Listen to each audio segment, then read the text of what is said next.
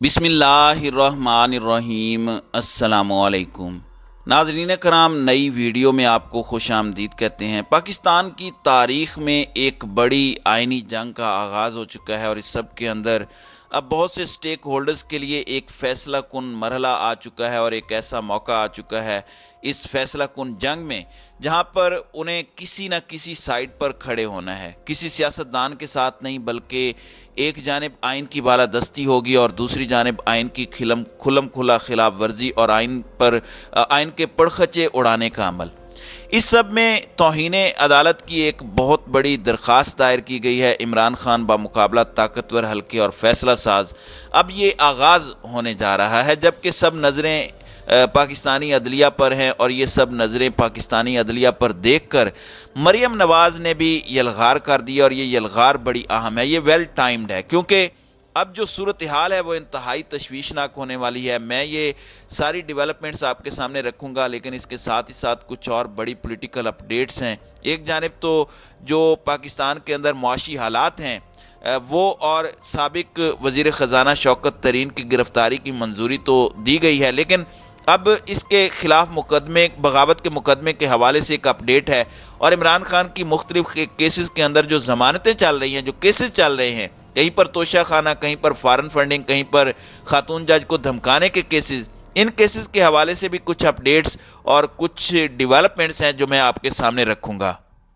سب سے پہلے میں آپ کو بتا دوں کہ پاکستان اور آئی ایم ایف کے درمیان قرض پروگرام کی بحالی کے لیے آج سے آن لائن مذاکرات شروع ہوں گے۔ آن لائن مذاکرات کے لیے 170 ارب کے نئے ٹیکس لگا کر 200 ارب سے زیادہ اضافے کے لیے منی بجٹ کی تیاریاں شروع کر لی گئی ہیں۔ منی بجٹ اسمبلی میں پیش کرنے کی بجائے آرڈیننس کی صورت میں لانے کا فیصلہ کیا گیا ہے۔ حکومت کی جانب سے بجلی مہنگی کرنے کی منظوری دی جا چکی ہے۔ کسان پیکج اور برآمدگی شعبے کے لیے سبسڈی ختم کرنے کی منظوری بھی ہو چکی ہے۔ اس حوالے سے مذاکرات میں پیش رفت سے آئی ایم ایف کو آگاہ کیا جائے گا، یعنی تیار ہو جائیں، اور منی بجٹ اسمبلی میں پیش نہیں کیا جائے گا، وہ آرڈیننس کے ذریعے لایا جائے گا۔ دوسری جانب ایف آئی اے کے سائبر کرائم ونگ نے سابق وفاقی وزیر خزانہ شوکت ترین کے خلاف مقدمہ درج کر لیا ہے۔ شوکت ترین کے خلاف مقدمہ پیکا ایکٹ کے تحت درج کیا گیا ہے۔ ان کے خلاف مقدمے کا مدعی ارشد محمود ولد غلام سرور ہے۔ شوکت ترین پر مقدمہ ان کی سوشل میڈیا پر وائرل مبینہ آڈیو کی بنیاد پر درج کیا گیا۔ F I A cyber crime wing میں درج ایف آئی آر کے مطابق مبینہ آڈیو میں تیمور سلیم جھگڑا اور محسن لغاری سے شوکت ترین گفتگو کر رہے ہیں۔ مبینہ آڈیو میں بدنیتی پر مبنی گفتگو کی گئی۔ مبینہ آڈیو میں شوکت ترین نے محسن لغاری کو کہا کہ وفاقی حکومت کو سرپلس بجٹ واپس نہ کیا جائے۔ سابق وزیر خزانہ شوکت ترین کے خلاف مقدمہ بغاوت اور اشتعال انگیزی کی دفعات کے تحت درج کیا گیا ہے۔ وفاقی وزیر داخلہ رانا ثناءاللہ کا کہنا ہے کہ شوکت ترین کے خلاف انکوائری مکمل ہو چکی ہے اور حکومت نے انہیں گرفتار کرنے کی اجازت دے دی ہے۔ تو آپ اندازہ کر لیں کہ اب لیکڈ آڈیوز پر کیسز ہوں گے۔ اب یہ جتنے کیسز بن رہے ہیں وہ اسی طرز کے ہیں۔ شوکت ترین کی ایک لیکڈ آڈیو آئی، عمران خان کی بھی اپنے پرنسپل سیکرٹری کے ساتھ ایک آڈیو ہے، اس پر بھی یہ تحقیق کر رہے ہیں، سائفر والے معاملے میں اپنے رنگ سے یہ تحقیق کر رہے ہیں۔ تو یہ ساری چیزیں اپنی جگہ ہیں۔ دوسری جانب اسلام آباد کی عدالت نے خاتون جج کو دھمکانے کے کیس میں عمران خان کے وارنٹ گرفتاری کی پروسیکیوٹر کی استدعا مسترد کرتے ہوئے چیئرمین پی ٹی آئی کی آج حاضری سے استثناء کی درخواست منظور کر لی ہے۔ ڈسٹرکٹ اینڈ سیشن کورٹ اسلام آباد میں عمران خان کی جانب سے خاتون جج کو دھمکی دینے کے کیس کی سماعت ہوئی، جس سلسلے میں عمران خان کے وکیل نعیم پنجوتھا اور پروسیکیوٹر رضوان عباسی عدالت میں پیش ہوئے۔ عمران خان کی جانب سے طبی بنیادوں پر حاضری سے استثناء کی درخواست دائر کی گئی، جس میں ان کے وکیل نے دلائل دیتے ہوئے کہا کہ عمران خان کی صحت اجازت نہیں دے رہی کہ اسلام آباد آئیں۔ ڈاکٹرز نے ان کو آرام کا مشورہ دیا ہے۔ پروسیکیوٹر نے عمران خان کی حاضری سے استثناء کی درخواست پر اعتراض کرتے ہوئے کہا کہ اپنے ہی ہسپتال کی میڈیکل رپورٹ لگا کر عمران خان پیش نہیں ہو رہے۔ شوکت خانم ہسپتال تو کینسر ہسپتال ہے، عمران خان کا مسئلہ الگ ہے۔ عمران خان کی فریکچر کے باعث صرف سوزش ہے۔ عدالت نے عمران خان کو سیڑھیاں چڑھ کر آنے کا نہیں کہا، وہ کچہری کے باہر آئے، ان کی حاضری لگائی جا سکتی ہے۔ پروسیکیوٹر نے کہا کہ عمران خان کے ضمانتی مچلقے منسوخ کر کے وارنٹ گرفتاری جاری کیے جائیں۔ عدالت نے چیئرمین پی ٹی آئی کی آج حاضری سے استثناء کی درخواست منظور کرتے ہوئے کیس پر مزید سماعت 9 مارچ تک ملتوی کر دی۔ دوسری جانب پی ٹی آئی رہنما فواد چودھری الیکشن کمیشن سے متعلق نفرت پھیلانے کے کیس میں عدالت میں پیش ہوئے۔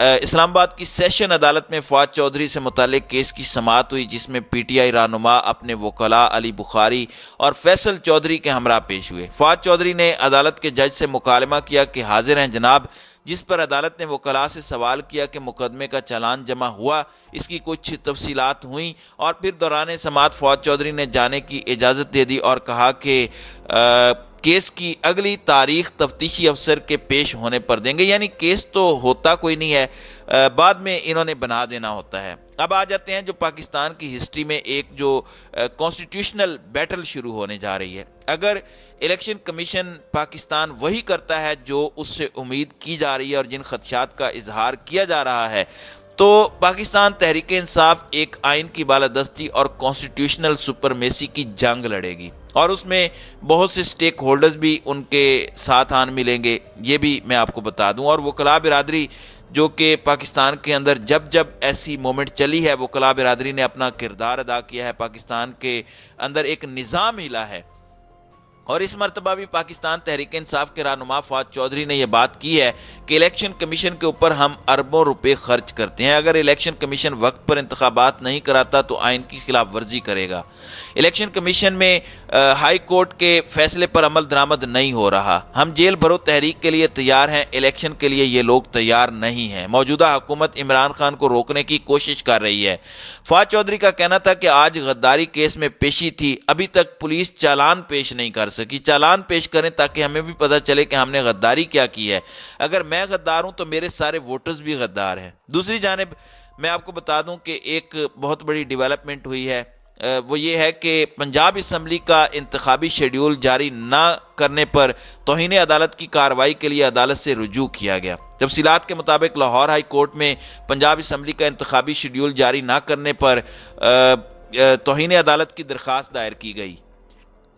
درخواست میں چیف الیکشن کمشنر، سیکرٹری اور ممبران سمیت گورنر پنجاب کو فریق بنایا گیا۔ درخواست میں کہا گیا کہ لاہور ہائی کورٹ نے 90 روز میں الیکشن کرانے کا حکم دیا۔ فواد چودھری نے بتایا کہ الیکشن کمیشن ارکان اور گورنر پنجاب کے خلاف توہین عدالت کی درخواست دائر کی گئی۔ عدالتی احکامات کے باوجود الیکشن تاریخ نہ دینے پر یہ درخواست لاہور ہائی کورٹ میں دائر کی گئی۔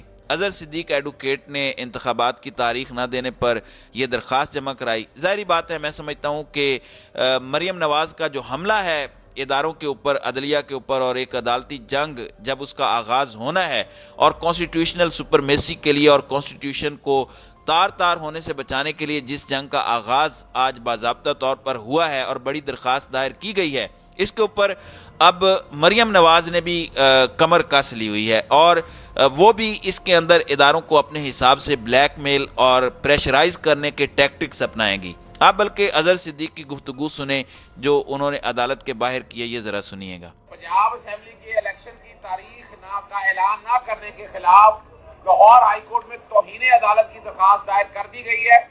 لاہور ہائی کورٹ نے حکم دیا تھا کہ فوری طور پر پنجاب اسمبلی کے الیکشن کی تاریخ کا اعلان کیا جائے گورنر کی مشاورت کے ساتھ۔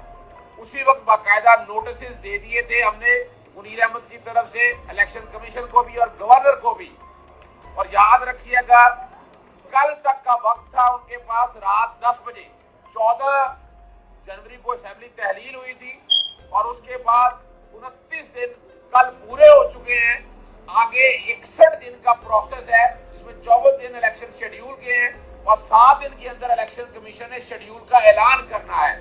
تو توہین عدالت ہمارے مطابق ہو چکی ہے، اس لیے لاہور ہائی کورٹ میں دائر کی گئی ان سب لوگوں کے خلاف، ملیک الرحمان گورنر پنجاب، سکندر سلطان راجہ چیف الیکشن کمیشن، اور تمام ممبران الیکشن کمیشن اور سیکرٹری الیکشن کمیشن کو فریق بنایا گیا ہے، اور لاہور ہائی کورٹ سے گزارش کی گئی ہے کہ ان سب لوگوں کے خلاف توہین عدالت کی کارروائی کی جائے، 90 دن کے اندر، ناٹ لیٹر دین 90 دن کے اندر اندر الیکشن کروانے ہیں، اور اس میں سے آج 30واں دن ہے، اب صرف 60 دن رہ گئے ہیں، اور 61 دن